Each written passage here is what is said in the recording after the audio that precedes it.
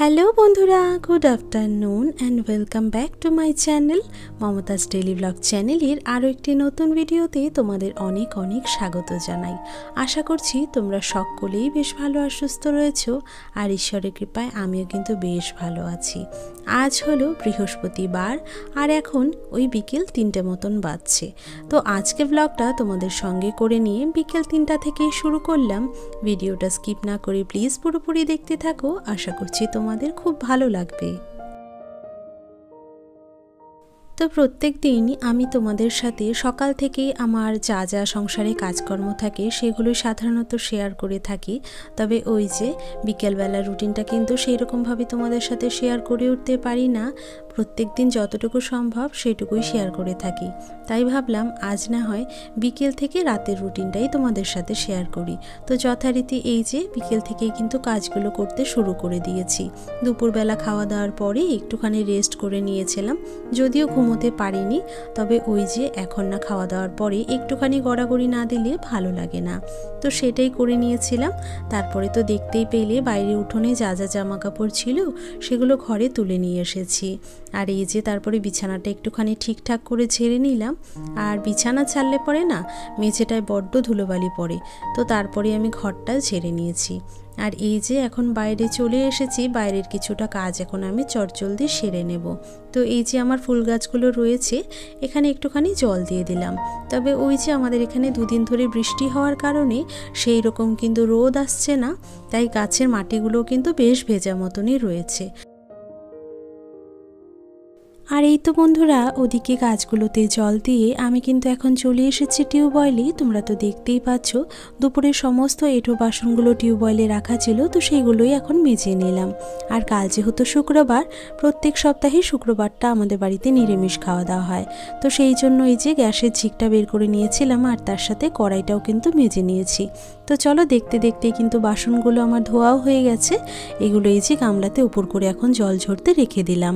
আর তারপরে চলে এসেছি উনুনে কিছুটা সময় বসে গরুর ভাতটা রান্না করে নেব। প্রত্যেক দিন যদিও আমাকে করতে হয় না, মাই অনেক সময় করে থাকে, তবে ওই যে বাড়ির সকলের সুবিধা অসুবিধা অনুযায়ী সংসারে কাজগুলো কিন্তু সেরে নিতে হয়।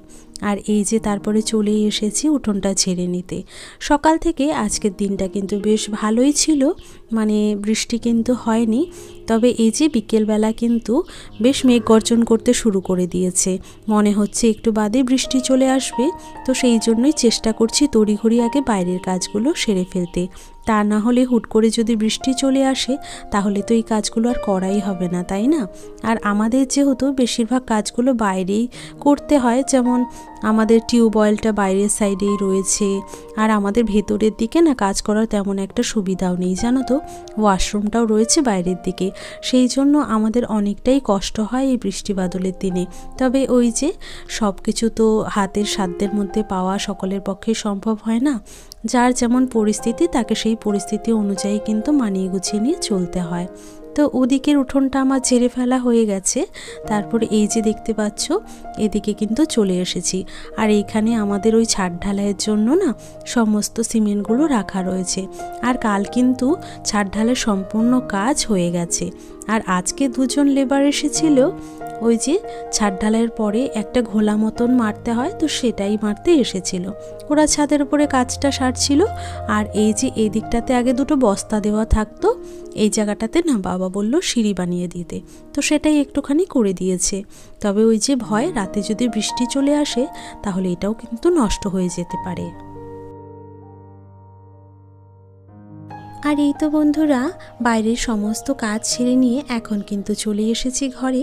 এখন ঘরে টুকিটাকি কাজগুলো আমাকে চটপট সেরে নিতে হবে। বাইরের কাজগুলো সেরে ফেললে কিন্তু এক প্রকার সুবিধেই হয়। এখন ঝড় বৃষ্টি যাই আসুক না কেন আমার কিন্তু আর টেনশন নেই, কারণ আমার বাইরের কাজগুলো তো হয়েই গেছে। আর বৃষ্টি হওয়ার জন্যই এক প্রকার ভয় লেগেছিল, আর সেই কারণেই আগে ওই কাজগুলো সেরে ফেলেছি। আর তারপরে এই যে ঘরের টুকিটাকি যে কাজগুলো আছে, যেমন এই যে বিকেলবেলা যে তুলে এনেছিলাম শুকনো কাপড়গুলো, সেগুলোই এখন চটপট করে একটা করে গুছিয়ে নিচ্ছি। খুব একটা জামা কাপড় যদিও নেই, ওই যে রেগুলার দু একটা জিনিসপত্র পরা হয় সেগুলোই কিন্তু রয়েছে। মায়ের শাড়ি সায়া আর আমার নাইটি, ব্যাস এ কটাই রয়েছে। তো সেইগুলোই কিন্তু এখন চলো গুছিয়ে ফেলি। তো দেখতে দেখতে আমার সমস্ত জামা কাপড় কিন্তু গোছানো হয়ে গেছে। চলো এইগুলোকে তুলে নিয়ে গিয়ে আমি আলনাতে সাজিয়ে ফেলি। আলনাতে কাপড়গুলো গোছাতে গোছাতে প্রতিদিনের মতো তোমাদের আজকেও একটা অনুরোধ করতে চাই, আশা করছি তোমরা সেই অনুরোধটা রাখবে। বন্ধুরা, আমার আজকের এই ভিডিওটি যদি তোমাদের একটু হলেও ভালো লেগে থাকে বা ভিডিওতে কোনো অংশ যদি তোমাদের একটু হলেও পছন্দ হয়ে থাকে, তাহলে প্লিজ একটা লাইক করে দিও। তোমরা হয়তো জানো না, তোমাদের করে দেওয়া একটা ছোট্ট লাইক আমার এই ভিডিওটিকে নতুন বন্ধুদের কাছে পৌঁছে দিতে কিন্তু সাহায্য করে। আর এরই সাথে যদি কোনো নতুন বন্ধু আমার এই মুহূর্তে ভিডিওটি জুড়ে থাকো বা প্রথমবার দেখে থাকো, তাহলে অবশ্যই তোমরা কিন্তু চ্যানেলটা সাবস্ক্রাইব করে আমার পাশে থাকতে পারো। আর এরই সাথে বেল বাটনটা কিন্তু প্রেস করতে ভুলো না, এতে করে যখন নতুন ভিডিও আমি আপলোড করব তোমরা কিন্তু সাথে সাথেই নোটিফিকেশন পেয়ে যাবে। আর এই তো বন্ধুরা, তোমাদের সাথে কথা বলতে বলতে ওদিকে আলনাতে সমস্ত জামা কাপড় কিন্তু আমার গোছানো কমপ্লিট। আর তারপরে এই যে দেখতে পাচ্ছ মায়ের ঘরে যে বিছানাটা রয়েছে, এই চাদরটা আজকে মা কেচে দিয়েছিল, তো সেটাই আমি একটুখানি বিছানাতে পেতে দিলাম। আসলে কি বলো তো, এই যে বাড়িতে কাজ চলছে না, তারপরে না দেখা যাচ্ছে যে দুদিন অন্তর অন্তর বেডশিটগুলো নোংরা হয়ে যাচ্ছে, তো সেই জন্যই আজকেও ধুয়ে দেওয়া হয়েছিল। তারপরে দেখো আমি এখন একটুখানি আমার স্কিন কেয়ার করে নেব। যদিও তোমাদের সাথে ভিডিওতে কখনো আমার স্কিন কেয়ার রুটিনটা শেয়ার করা হয়নি, তবে এই যে আজ একটুখানি সময় পেয়েছি তাই ভাবলাম এটা তোমাদের সাথে শেয়ার করে নিই। তো মুখে একটা ফেস প্যাক লাগিয়ে দিয়েছি, তোমরা যদি জানতে চাও এটা কোন ফেস প্যাক তাহলে নিশ্চয়ই আমি পরের ভিডিওতে তোমাদের সাথে শেয়ার করব। আর এই যে ফ্রেশ হয়ে নিয়ে আমি কিন্তু লাগিয়ে নিলাম একটুখানি অ্যালোভেরা জেল। একটুখানি স্কিন কেয়ার করে আমি কিন্তু সন্ধেটাও দিয়েছিলাম আর তারপরে অফিসের কাজটাও সেরে নিয়েছিলাম। এরই মধ্যে আমার অফিসের কাজগুলো কমপ্লিট হয়ে গেছে। আর তারপরে এই যে দোকান থেকে আনা হয়েছিল কটা আলুর চপ, তো সেটাকে একটুখানি মুড়ির সাথে মাখিয়ে নেব। আর তারপরে দেখতেই পাচ্ছ পেঁয়াজ ছড়িয়ে দিলাম। তো সকলে মিলে আজকে সন্ধ্যের টিফিনটা এটা দিয়েই করলাম। আর আমাদের বাড়িতে না মাঝে মাঝে সিঙ্গারা চপ এগুলো আনাই হয়, মুড়ির সাথে বেশ ভালো লাগে এগুলো খেতে, তাই। আর এই তো সন্ধেবেলা টিফিনটা সেরে নিয়ে কয়েকটা সবজি কেটে নিয়েছি রাতের রান্নার জন্য। আলু পেঁয়াজ রসুন আর কটা মশলার প্যাকেট তো দেখতেই পেলে। আসলে রাতে না একটুখানি চিকেন রান্না করব।